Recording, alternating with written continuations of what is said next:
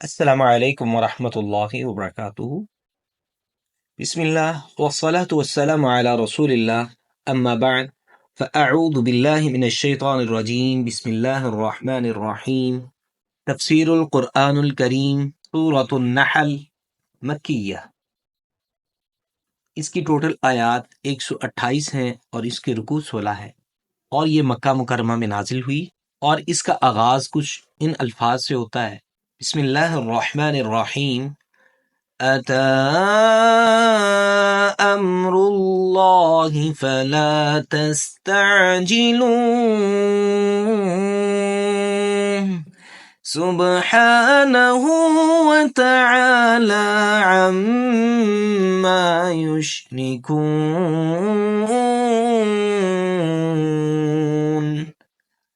أتى أمر الله، اللہ کا حکم آ گیا، فلا تستعجلوا، سو اس کی جلدی کا مطالبہ نہ کرو۔ سبحانہ، اللہ سبحانہ و تعالی پاک ہے، و تعالی، اور بہت بلند ہے، عما یشرکون، ان ساری چیزوں سے جو وہ شریک بناتے ہیں۔ اللہ ان مشرکوں کے شرک سے، اور جو یہ شریک بنا رہے ہیں اللہ کے سوا، جو کام اللہ کے ہیں اس میں کسی کو شریک کر رہے ہیں، اللہ ان شریکوں سے، ان کاموں سے، ان سے ہر چیز سے صاف ہے، پاک ہے، بلند ہے۔ یہاں پہ اللہ سبحانہ و تعالیٰ نے اتا امر اللہ یہ لفظ استعمال کیا، تو اتا امر اللہ سے مراد قیامت اور مشرکین پر مختلف قسم کے عذابوں کا نزول مراد ہے، اور اتا یہ ماضی کا لفظ استعمال کیا اللہ تعالیٰ نے، تو مراد یہ ہے کہ اللہ تعالیٰ کی طرف سے مختلف عذاب یا قیامت وہ بالکل قریب ہے، پھر اس کو کفار جلدی مطالبہ نہ کریں۔ فلا تستعجلوا، مشرکین قیامت اور عذاب کا ذکر آنے پر مذاق اڑانے کے لیے اسے فوراً لانے کا مطالبہ کرتے تھے، جیسے کہ سورۃ انفال آیت نمبر 32، سورۃ عنکبوت آیت نمبر 53 سے 55۔ اور یہ لفظ ماضی کا استعمال اس لیے کیا گیا کہ اتنا اس کا آنا یقینی ہے، اللہ کے عذابوں اور قیامت کا آنا اتنا یقینی ہے کہ سمجھو آ ہی چکا، اس لیے کوئی جلدی مچانے کی ضرورت نہیں ہے، وہ بالکل قریب ہے، طے شدہ ہے، اور ایک وقت مقررہ پہ آنا ہے۔ اور بعض اہل علم کہتے ہیں کہ اس سے مراد وہ مسلمان بھی ہیں کہ جو بعض اوقات پریشان ہو کر کے مسلمانوں کے لیے اللہ کی نصرت، کفر پر اللہ کے عذاب کی تاخیر سے جلدی آنے کی دعا کیا کرتے تھے۔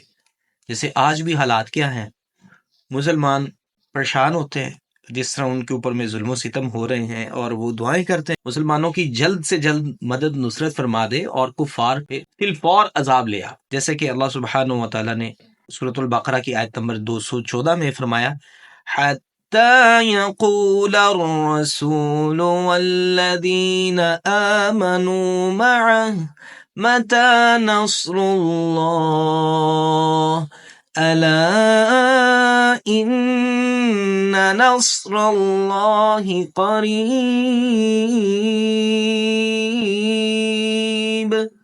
یہاں تک کہ رسول کہہ اٹھے، اور وہ لوگ بھی کہہ اٹھے، رسولوں پہ ایمان لائے تھے، متی نصر اللہ، اللہ کی مدد کب آئے گی؟ اللہ نے فرمایا: الا ان نصر اللہ قریب، اللہ تعالیٰ کی نصرت بہت جلد آنے والی، سن لو بے شک اللہ کی مدد بہت قریب ہے۔ تو یہ اللہ تعالیٰ نے ان کو تسلی دینے کے لیے باتیں کی، اور سمجھو کہ اللہ کا حکم، اللہ کی نصرت آ ہی گئی۔ تو سب سے زیادہ جھنجھوڑنے والی بات ہے جس نے زندگی کے اوپر گہرا اثر ڈالا نا، وہ یہ ہے حتی یقول الرسول۔ چلو لوگ تو جو اس پہ ایمان لانے والے وہ تو پریشان ہو جائیں، وہ تو اللہ تعالیٰ سے جو ہے نا یہ بات کا مطالبہ کریں کہ اللہ یہ کب آئے گا، ہماری مدد نصرت کب ہوگی، ہم تیرے پہ ایمان لانے والے ہیں۔ کفار کے اوپر میں عذاب اور ان کو پکڑ کب آئے گی ان کے اوپر؟ عام لوگ تو کہہ سکتے ہیں، رسولوں کے اوپر ایمان لانے والے، رسولوں کے ساتھی تو کہہ رہے ہیں، سمجھ آتی ہے، لیکن اللہ فرماتے ہیں رسول بھی کہہ اٹھے، جو اس قدر مضبوط توانا ہوتے ہیں، وہ بھی اس طرح ان کی سزاؤں، ان کی پریشانیوں اور اتنی مصیبتوں کے بعد وہ بھی کہہ اٹھے کہ اللہ کی مدد کب آئے گی۔ تو اس لیے اللہ سبحانہ و تعالیٰ کی طرف سے آزمائشیں جو ہے وَلَنَبْلُوَنَّكُمْ بِشَيْءٍ مِّنَ الْخَوْفِ وَالْجُوعِ وَنَقْصٍ مِّنَ الْأَمْوَالِ وَالْأَنفُسِ وَالثَّمَرَاتِ وَبَشِّرِ الصَّابِرِينَ۔ سورۃ البقرہ اللہ فرماتے ہیں تم یہ نہ سمجھو کہ اللہ تعالیٰ تمہیں چھوڑ دیں گے یا آزمائش نہیں کریں گے، تمہیں ضرور برضرور وَلَنَبْلُوَنَّكُمْ بِشَيْءٍ، کسی نہ کسی چیز کے ذات ضرور آزمایا جائے گا، من الخوف، کوئی خوف ہو سکتا ہے، والجوع بھوک ہو سکتی ہے، ونقص من الاموال مالوں کی کمی ہو سکتی ہے، والانفس جانوں کی کمی ہو سکتی ہے، والثمرات پھلوں کے ساتھ میں اللہ سبحانہ و تعالیٰ تمہیں آزما سکتا ہے۔ وبشر الصابرین، لیکن خوشخبریاں کس کے لیے ہیں؟ صبر کرنے والوں کے لیے۔ ان اللہ مع الصابرین، اللہ کس کے ساتھ ہے؟ صبر کرنے والوں کے ساتھ۔ اولئک علیہم صلوات من ربہم ورحمہ فاولئک هم المہتدون، اللہ کی طرف سے انہی پر رحمتیں برستی، ان پہ برکتیں نازل ہوتی ہیں، یہی ہدایت یافتہ ہیں جو مصیبتیں آنے پر کہتے ہیں الذین اذا اصابتهم مصیبہ قالوا انا للہ وانا الیہ راجعون۔ یہاں پہ لفظ استعمال کیا سبحانہ وتعالی عما یشرکون، عذاب کے جلدی نہ آنے کی وجہ سے وہ کہتے تھے کہ اللہ تعالیٰ وہ عذاب لا ہی نہیں سکتا، ورنہ فوراً کیوں نہیں لے آتا، کفار کہتے۔ فرمایا ان کا اللہ تعالیٰ کو اپنا حکم نافذ کرنے والا اور عذاب لانے سے عاجز قرار دینا یا وعدے خلافی کرنے والا سمجھنا ان کے کفر اور شرک کا نتیجہ ہے۔ جو یہ سمجھتے ہیں نا اللہ تعالیٰ وعدہ کی خلاف ورزی کرے گا، یہ تو اللہ تعالیٰ عذاب لا نہیں سکتا، کیوں نہیں لے آتا اگر سچا ہے تو، جس سے اللہ تعالیٰ ہر طرح پاک اور نہایت بلند ہے، وہ نہ عاجز ہے نہ اللہ تعالیٰ وعدہ خلاف ہے، مگر وہ اپنی مرضی کا مالک ہے، ان کی فرمائشوں کا پابند نہیں ہے۔ سورۃ الحج آیت نمبر 47 میں بھی اسی کا تذکرہ فرمایا۔ آیت کے شروع کے اندر ہی مخاطب فرمایا فلا تستعجلوا، کہ تم جلدی نہ کرو، ٹینشن لینے کی بات نہیں ہے، پریشان نہیں ہو۔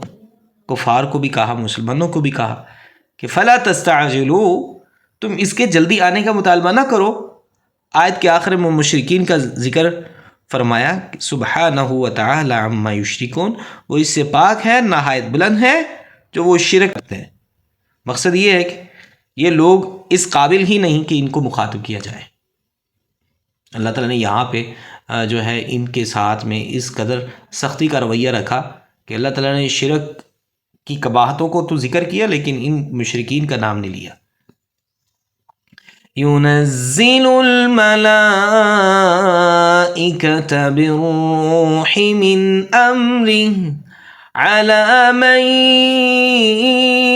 يشاء من عباده أن أنذروا أنه لا إله إلا أنا فاتقون۔ ينزل الملائکہ بالروح، اللہ سبحانہ و تعالیٰ فرشتوں کو وحی کے ساتھ اتارتے ہیں، من امرہ اپنے حکم کے ساتھ۔ فرشتے وحی لے کر اترتے ہیں اللہ کے حکم کے ساتھ، علی من یشاء من عبادہ، اللہ اپنے بندوں میں سے جس پر چاہتا ہے ان فرشتوں کو وحی دے کر بھیج دیتا ہے۔ کیوں بھیجتا ہے؟ مقصد کیا ہوتا ہے؟ ان انذروا، تاکہ لوگوں کو ڈرائیں۔ رسولوں کو، فرشتوں کو اللہ اپنے بندوں پہ اتارتے ہیں، نبیوں پہ، رسولوں پہ اتارتے ہیں، اس کا مقصد یہ ہوتا ہے کہ لوگوں کو ڈرایا جائے اللہ کے عذابوں سے، اللہ کی ہیبت سے، اللہ کی قوت سے، اللہ کی قدرت سے، اللہ کی جہنم سے اور اس کی سختیوں سے، ہولناکیوں سے ڈرایا جائے۔ اور دوسرا کام انہ لا الہ الا انا فاتقون، ان کو خبردار کر دو کہ حقیقت یہ ہے کہ میرے سوا کوئی معبود برحق نہیں۔ دوسرا کام رسولوں کا یہ ہوتا ہے کہ ان کو بتایا جائے لوگوں کو کہ اللہ کے سوا کوئی معبود برحق نہیں، انا فاتقون۔ لہٰذا تیسرا کام یہ ہے کہ میرے سے ہی ڈرو، دوسروں سے نہ ڈرو، مجھ سے ہی ڈرو۔ ملائکہ سے مراد جبرائیل امین ہیں اور اس کے ساتھ وحی کے محافظ فرشتے، اور دوسرا صرف جبرائیل امین بھی ہو سکتے ہیں۔ بڑی شخصیت کے لیے جمع کا لفظ استعمال کیا جا سکتا ہے۔ ملائکہ یہ جمع کا لفظ ہے، جبرائیل امین اکیلے ہی تو اترتے تھے وحی لے کر کے، تو اس سے دو معنی مطلب سامنے آتے ہیں، ایک جبرائیل امین اور وحی کے محافظ فرشتے، دوسرا اکیلے جبرائیل امین، چونکہ بڑے کے لیے جمع کا لفظ بھی استعمال کیا جا سکتا ہے۔ روح کیا شے ہوتی ہے؟ جس کے ساتھ زندگی حاصل ہوتی ہے۔ کہتے ہیں یار ان دی روح نکل گئی ہے، بندہ مر گیا ہے، اس کے اندر روح موجود ہے، یعنی اس کو زندگی حاصل ہوئی۔ لیکن یہاں سے مراد وہی ہے، کیونکہ حقیقی زندگی وحی کے ساتھ ہی حاصل ہوتی ہے، دل کی زندگی بھی اور آخرت کی زندگی بھی، جیسا کہ سورہ شعراء کی آیت نمبر 52 میں اللہ سبحانہ وتعالیٰ فرماتے ہیں وَكَذَلِكَ أَوْحَيْنَا إِلَيْكَ رُوحًا مِّنْ أَمْرِنَا، اور اسی طرح ہم نے تیری طرف اپنے حکم سے ایک روح کی وحی کی۔ یہاں بھی روحن سے مراد وحی ہے، امر ہی سے مراد فرشتے اور اس کے حکم کے بغیر نہیں اترتے۔ من امر ہی فرشتے جو اس کے حکم کے بغیر نہیں اترتے۔ علی من یشاء من عبادہ، اس جملے سے معلوم ہوا نبوت ایک وہبی چیز ہے جو عطا کی جاتی ہے اور محض اللہ کی مشیت اور اس کے انتخاب سے عطا ہوتی ہے۔ حج 75 میں فرماتے ہیں اللہ یصطفی من الملائکۃ رسلا ومن الناس، اللہ سبحانہ و تعالیٰ فرشتوں میں سے پیغام پہنچانے والے چنتا ہے اور لوگوں میں سے بھی پیغام لوگوں تک پہنچانے والے چنتا ہے، یعنی فرشتوں میں سے بھی اللہ تعالیٰ جس کو چاہے انتخاب فرمائے، پھر بندوں میں سے جسے چاہے انتخاب فرمائے۔ واللہ اعلم حیث یجعل رسالتہ، سورۃ انعام آیت نمبر 124 میں فرمایا اللہ زیادہ جاننے والا ہے جہاں وہ اپنی رسالت رکھتا ہے۔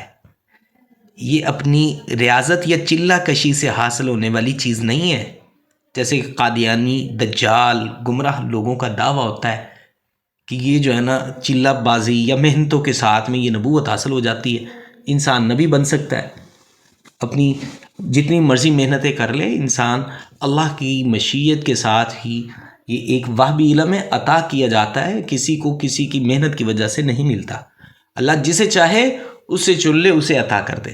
لیکن نبی صلی اللہ علیہ وسلم کے بارے میں فرما دیا گیا کہ یہ خاتم النبیین ہے سورۃ الاحزاب کے اندر میں، اور اس کے بعد میں کوئی نبی آنے والا نہیں ہے، اگر کوئی آئے گا تو اس کو دجال کذاب کہیں گے۔ دجل کہتے ہیں دھوکہ دہی، فریب کرنا، اور کذاب جھوٹ بولنے والا، جھوٹا۔ اور اس آیت کے ٹکڑے میں فرشتوں کو وحی دے کر اپنے تمام رسولوں کی طرف بھیجنے کا مقصد بیان فرمایا ہے کہ وہ اللہ کی توحید کے ساتھ ساتھ یہ بھی بتائیں کہ صرف مجھ ہی سے ڈریں اور کسی بھی قسم کے شرک سے اپنے آپ کو دور رکھیں، اور فرمایا وَمَا أَرْسَلْنَا مِن قَبْلِكَ مِن رَّسُولٍ إِلَّا نُوحِي إِلَيْهِ أَنَّهُ لَا إِلَٰهَ إِلَّا أَنَا فَاعْبُدُونِ، سورۃ الانبیاء آیت نمبر 25۔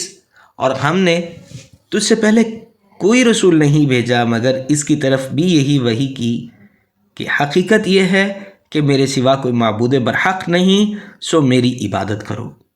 اور نیکسٹ آیت مبارکہ خلق السماوات والارض بالحق تعالی عما یشرکون، اور اس نے آسمانوں اور زمین کو حق کے ساتھ پیدا کیا، وہ اس سے بہت بلند ہے جو وہ یہ شریک کرتے ہیں۔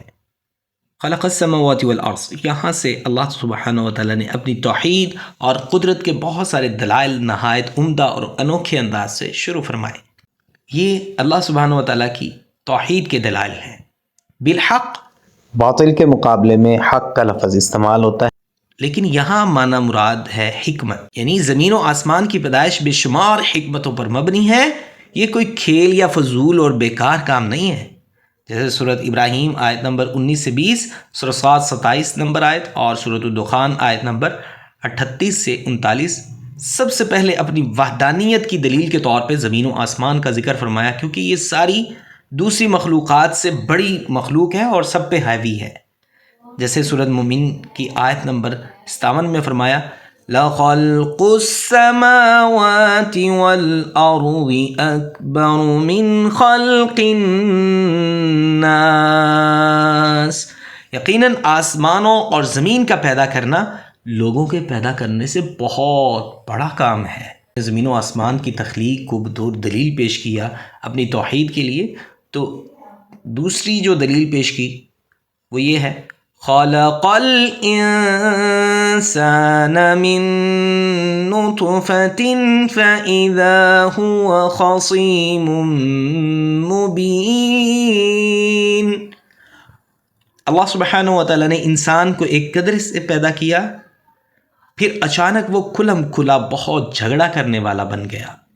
خصیم یہ مبالغے کا صیغہ ہے، اور نطفہ نطف سے ہے جو حقیر چیز کے لیے استعمال ہوتا ہے، یعنی حقیر سا قطرہ جس کے ساتھ انسان کی تخلیق ہوئی. زمین و آسمان کے اندر جو پیدا کردہ چیزیں ہیں توحید کی دلیل کے طور پہ پیش فرمائی، سب سے پہلے انسان کا ذکر فرمایا، اور یہی بات سورۃ یاسین میں تفصیل کے ساتھ بتائی. اولم یر الانسان انا خلقناہ من نطفہ فإذا هو خصيم مبين وضرب لنا مثلا ونسي خلقه قال من يحيي العظام وهي رميم. سورہ یاسین آیت نمبر 77-78. کیا انسان نے نہیں دیکھا کہ بے شک ہم نے اسے ایک حقیر سے قطرے سے پیدا کیا تو وہ اچانک کھلا جھگڑا کرنے والا بن گیا. اللہ فرماتے ہیں انسان نے ہمارے لیے مثالیں بیان کرنا شروع کر دیں اور اپنی پیدائش کو بھول گیا. اس نے کہا کون ہے جو ہڈیوں کو زندہ کرے گا جبکہ وہ بوسیدہ ہو چکی. فَإِذَا یہاں پہ اذا فجائیہ ہے. فجائیہ کہتے ہیں کسی کام کے اچانک ہونے کو، یعنی ایسی عجیب چیز کا وجود میں آنا جس کا وہم و گمان بھی نہ ہو. مطلب یہ ہے اگر یہ یاد رکھتا انسان کہ اس کو حقیر قطرے سے وجود میں آنے والے انسان سے ایک مخلوق سے جھگڑے کی توقع بالکل نہیں تھی. حق یہ تھا کہ وہ اپنی پیدائش کو یاد رکھتا، اور یہ بھی ہو سکتا ہے کہ اس آیت کے دونوں حصوں سے اللہ تعالیٰ کی کمال قدرت پر استدلال مقصود ہے کہ نطفے سے پیدا کیا، پھر اس میں کمال طور پر ساری قوتیں سوچنے سمجھنے بولنے کی اور حجت و استدلال کی قوت عطا فرما دی. تیسری جو دلیل اللہ سبحانہ و تعالیٰ نے اپنی توحید کے طور پہ پیش کی ہے، اللہ سبحانہ و تعالیٰ نے چوپاؤں کو پیدا کیا اور تمہارے لیے ان چوپاؤں میں گرمی حاصل کرنے کا سامان ہے. وَمَنَافِعَ بہت سارے فائدے ہیں. وَمِنْهَا تَأْكُلُونَ انہی سے تو تم کھاتے ہو. انعام ایسے جانور، اونٹ، گائے، بھیڑ، بکریاں وغیرہ. دف گرمی، یہ سردی کے ٹھٹھرنے کے مقابلے میں استعمال ہوتا ہے. چوپاؤں کا ایک خاص فائدہ یہاں پہ بیان فرمایا کہ ان کی اون اور بالوں سے گرمی مہیا کرنے والا لباس، اور اس کی اہمیت کے پیش نظر اس کو پہلے ذکر فرمایا، اور پھر فرمایا کہ وَمَنَافِعُ عام منافع اس کے اندر جو موجود ہے. وَمِنْهَا تَأْكُلُونَ اور اس میں سے تم کھاتے بھی ہو، سواری کرتے ہو، ہل چلاتے ہو، پانی کھینچتے ہو، گوبر جلاتے ہو، کھیتیوں میں بطور کھاد ڈالتے ہو، انہیں بیچ کر اپنی ضرورت کا دیگر سامان حاصل کرتے ہو. اور یہ بھی مقصود ہے کہ ان کی نسل بڑھنے پر تمہاری دولت میں اضافہ ہوتا ہے. پھر خاص طور پر ایک نافع ذکر کیا کہ تم اسے کھاتے بھی ہو، یعنی دودھ، دہی اور اس سے بننے والی بے شمار چیزیں، گوشت، الغرض اس میں تمہارے کھانے کا سامان بھی ہے. وَلَكُمْ فِيهَا جَمَالٌ حِينَ تُرِيحُونَ وَحِينَ تَسْرَحُونَ. مزید اس کے فائدے اللہ سبحانہ و تعالیٰ فرماتے ہیں ان چوپاؤں کے اندر تمہارے لیے ایک جمال ہے، خوبصورتی ہے. جب تم شام کو چرا کر لاتے ہو اور صبح چرانے کو لے جاتے ہو. تُرِيحُونَ شام کو واپس لانا، حالانکہ انسان پہلے لے کے جاتا ہے پھر واپس لاتا ہے نا، لیکن اللہ تعالیٰ نے یہاں پہ پہلے ذکر کیا جس کے اندر جمال زیادہ تھا، خوبصورتی زیادہ تھی. جب انسان شام کو واپس گھر لاتا ہے نا، چرا کر کے، کھلا پلا کر کے، تو زیادہ خوبصورت منظر ہوتا ہے، کیونکہ جانوروں کے پیٹ بھرے ہوتے ہیں، وہ تر و تازہ اپنے مالک کی خوشی کا باعث بنتے ہیں، اس لیے اس کو پہلے ذکر کیا. ایک جمال یہ بھی ہے کہ ان کی کثرت کی وجہ سے ان کے مالک دولت مندی کا اظہار ہوتا ہے. دولت جو ہے نا وہ خود ایک جمال ہے، خوبصورتی ہے. وَتَحْمِلُ أَثْقَالَكُمْ إِلَى بَلَدٍ لَّمْ تَكُونُوا بَالِغِيهِ إِلَّا بِشِقِّ الْأَنفُسِ إِنَّ إِنَّ رَبَّكُمْ لَرَؤُوفٌ رَحِيمٌ۔ وَتَحْمِلُ أَثْقَالَكُمْ، یہ چوپائے تمہارا بوجھ اٹھا کر کے ایک شہر سے دوسرے شہر تک پہنچاتے ہیں جس میں تم کبھی پہنچنے والے نہ تھے۔ یعنی تم اگر خود اٹھا کے لے جاتے تو بڑی مشقت ہوتی تمہیں، لیکن تمہارا یہ کام کر دیتے، آسان کرتے۔ تمہارا رب نہایت نرمی کرنے والا، نہایت رحم کرنے والا۔ اللہ تعالیٰ نرمی بھی فرماتے ہیں اور رحم بھی فرماتے ہیں۔ اس بات کو اللہ سبحانہ و تعالیٰ نے قرآن مجید میں بہت ساری جگہوں پہ بیان فرمایا، وَتَحْمِلُ أَثْقَالَكُمْ إِلَىٰ بَلَدٍ لَمْ تَكُونُوا بِبَالِغِيهِ، کہ تمہارے بوجھ ہی اٹھا کر ایک شہر سے دوسرے شہروں تک پہنچاتے ہیں جس کو تم اٹھانے کے قابل نہیں تھے، اور بہت زیادہ مشقتوں کے ساتھ تمہیں کام کرنا پڑتا، لیکن یہ تمہارے لیے آسانی کا ذریعہ بنے۔ سورۃ مومنون آیت نمبر 21 سے 22، سورۃ مومن 79 سے 81، سورۃ یاسین 71 سے 73، اور سورۃ زخرف 12 سے 14۔ اور مزید اس کے کچھ فائدے ایسے بیان کیے ہیں جو آج کی جدید ٹیکنالوجی کو بھی ظاہر کرتے ہیں۔ وَالْخَيْلَ وَالْبِغَالَ وَالْحَمِيرَ لِتَرْكَبُوهَا وَزِينَةً وَيَخْلُقُ مَا لَا تَعْلَمُونَ، گھوڑے، خچر اور گدھے، تاکہ تم ان پر سوار ہو، اور زینت کے لیے اللہ سبحانہ و تعالیٰ پیدا کرے گا جو تم نہیں جانتے۔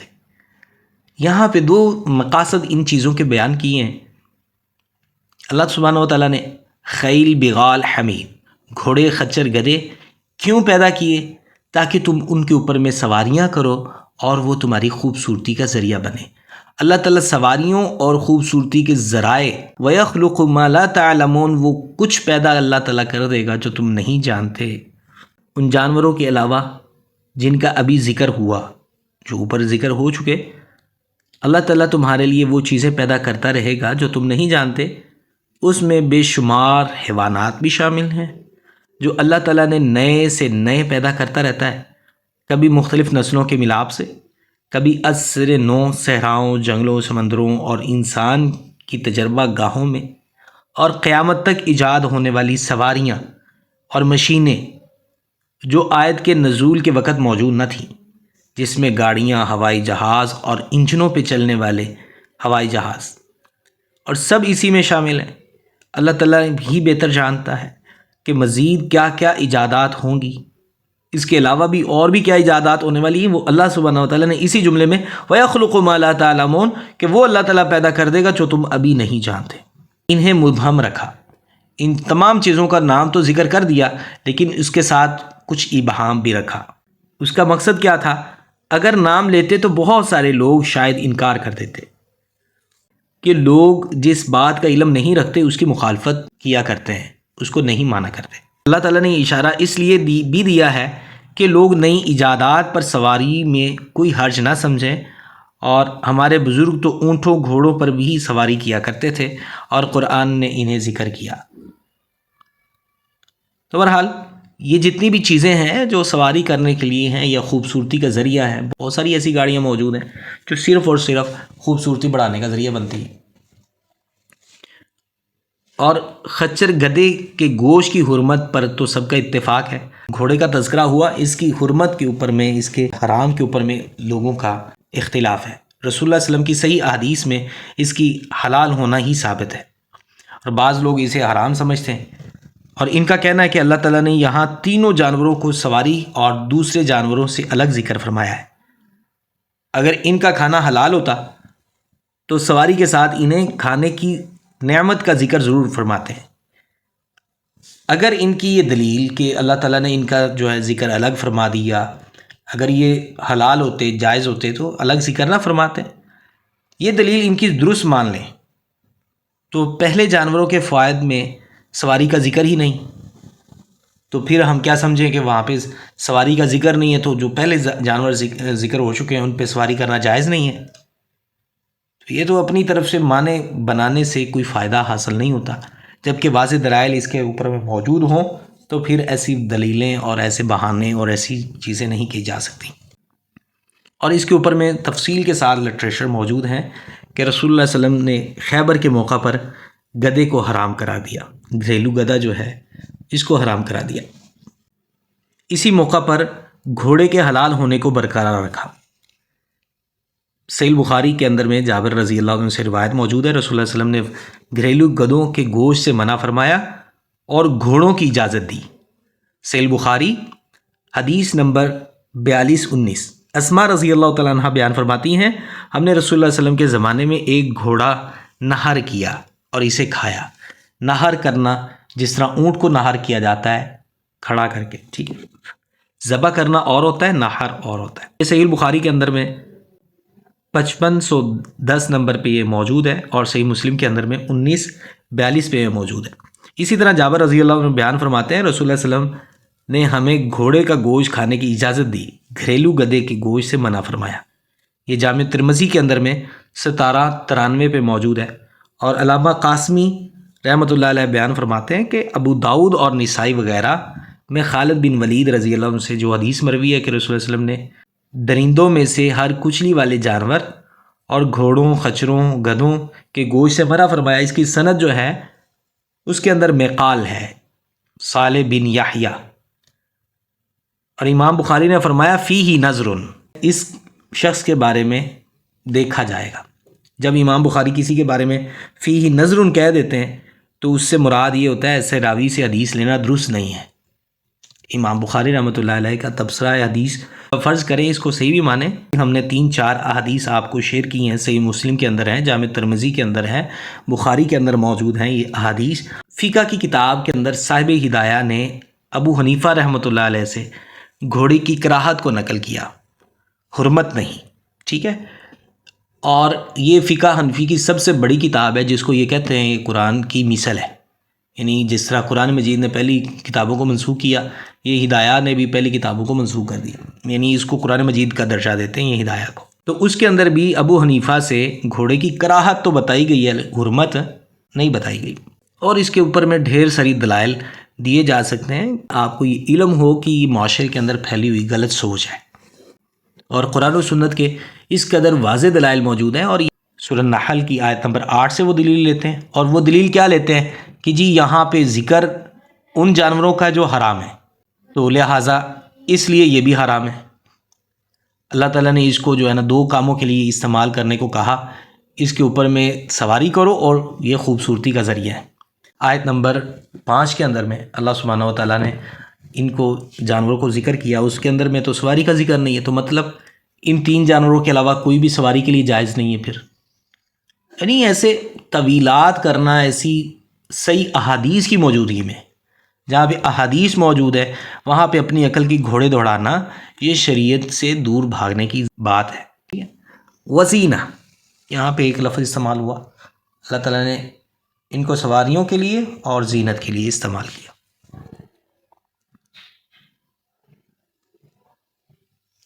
معلوم ہوا انسانی ضرورت صرف کھانا پینا، پہننا اور سواری ہی نہیں، بلکہ حسن و جمال اور زینت کا احساس یہ بھی انسان کی فطرت میں رکھ دیا گیا ہے، اور اگر حرام طریقے سے نہ ہو تو اس سے فائدہ اٹھانا بھی اللہ تعالیٰ نے بہت بڑی نعمت قرار دیا۔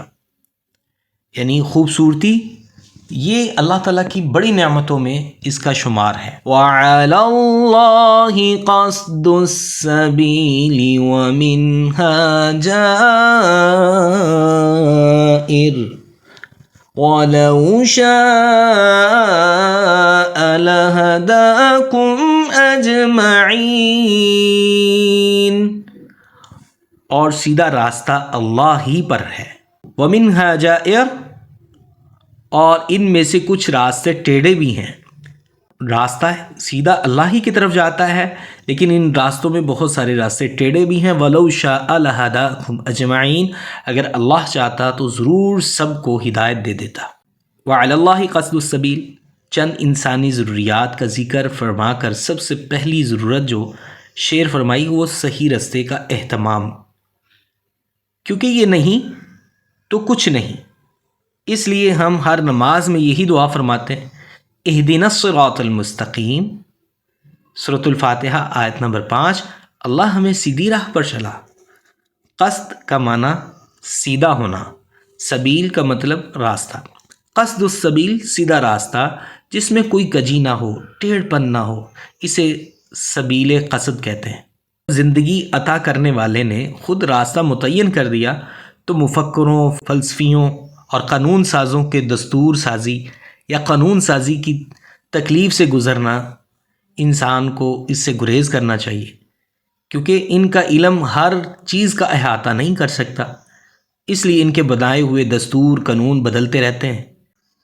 اور حکام کا کام دستور سازی نہیں بلکہ اللہ تعالیٰ کے بتائے ہوئے دستور و قانون کو عملاً نافذ کرنا ہے۔ افسوس، کفار کی کئی سو سالہ محنت کے نتیجے میں مسلمانوں نے آخر کار اللہ تعالیٰ کا منصب خود سنبھال لیا اور خلافت ختم کر کے جمہوریت کے نام پر خود دستور سازی، قانون سازی، یہ جو حکمرانی ہوتی ہے یہ اللہ تعالیٰ کے دستور کے اوپر عمل کروانے کے لیے دی جاتی ہے، نہ کہ اپنی حکومتیں قائم کر کے اپنے سکے کو رائج کیا جاتا ہے۔ وَمِنْهَا جَائِرٌ، یعنی اس میں بہت سارے ٹیڑھے راستے بھی ہوتے ہیں، وہ تمام راستے جو اللہ تعالیٰ کی طرف سے نہیں ہیں، یعنی وہ قرآن سے ثابت نہیں، حدیث سے ثابت نہیں، وہ سب صراط مستقیم سے ہٹے ہوئے ہیں اور انہیں اختیار کرنے والے گمراہ ہیں۔ وَلَوْ شَاءَ لَهَدَاكُمْ أَجْمَعِينَ، مگر اس سے انسان کو پیدا کرنے کا اصل مقصد جو آزمائش ہے وہ فوت ہو جاتا ہے۔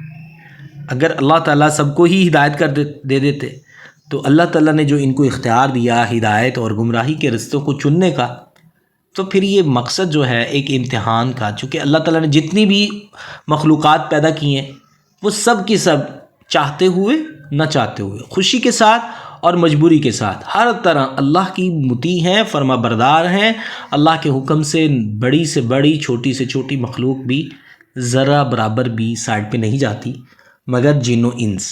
اللہ تعالیٰ نے جب ان کو اختیار دیا اور ان کے اسی اختیار کی وجہ سے ایسی مخلوقات کو پیدا کیا جائے جن کو اختیار دیا جائے کہ وہ اللہ کی عبادت کریں یا اللہ کی عبادت نہ کریں، اللہ کی اطاعت کریں یا اللہ کی نافرمانی کریں، تو یہی مقصد تھا جس بنا پہ اس انسانیت کو وجود ملا۔ تو اللہ سبحانہ و تعالیٰ نے اسی کے پیش نظر اگر سب کو ہدایت دے دیتا تو یہ اصل مقصد جو آزمائش ہے وہ فوت ہو جاتا۔ اس لیے جس حد تک راہ دکھانے کا تعلق تھا تو پیغمبر بھیج کر کتابیں اتار کر پورا فرما دیا، مگر اس راہ پر چلنا انسان کے اختیار پر چھوڑ دیا تاکہ اس کے اعمال کے مطابق اسے جزا و سزا دی جا سکے۔ اللہ سبحانہ و تعالی ہمیں ہدایت عطا فرمائے، اور ہمیشہ سے ہدایت اسی کو ملتی ہے جو انسان ہدایت کا متلاشی ہوتا ہے۔